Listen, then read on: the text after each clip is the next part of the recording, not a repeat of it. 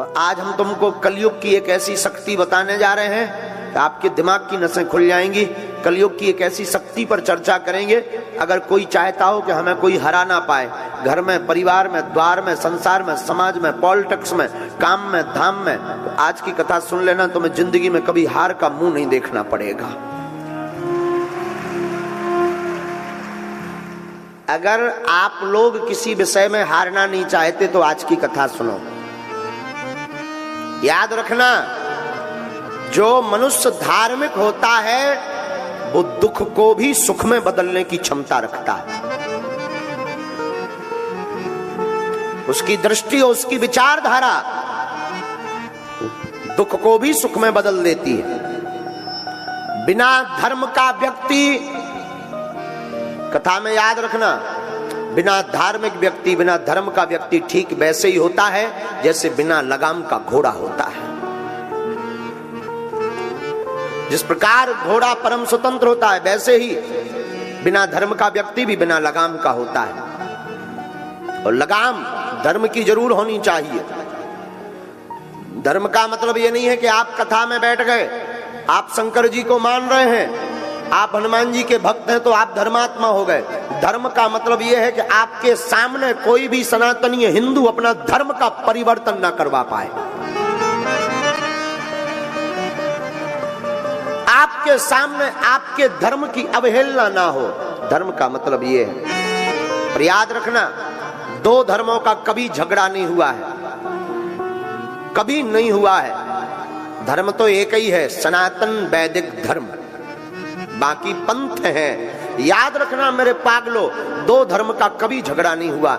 झगड़ा हमेशा धर्म और अधर्म का होता है, दो धर्मों का हो ही नहीं सकता। लाइट में, केबल करंट में अर्थिंग और अर्थिंग दो वायर लगा दिए जाएं बल्ब में, तो क्या बल्ब जलेगा? जवाब दीजिए, बोलिए। क्या करना पड़ेगा? अर्थ के साथ फेस देना पड़ेगा। हाँ जी या ना जी?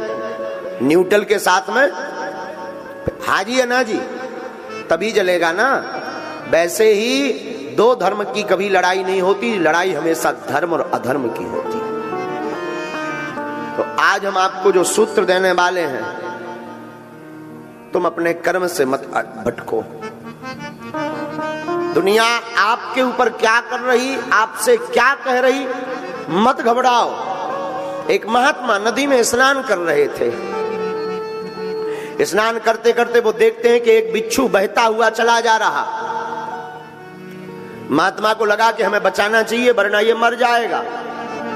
महात्मा ने अपना हाथ लगाया, बहते हुए बिच्छू को हाथ पर रखा और फेंकने की तैयारी की तो उसने डंक मार दिया, काट दिया।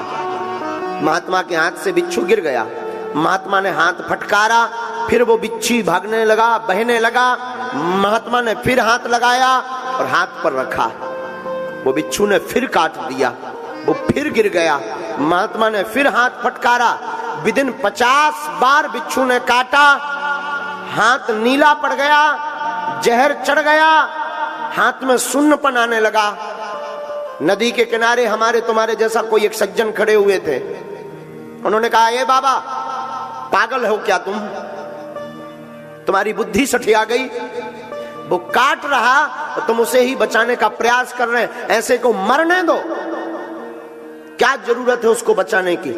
जो काट रहा हो, जिसके साथ तुम अच्छा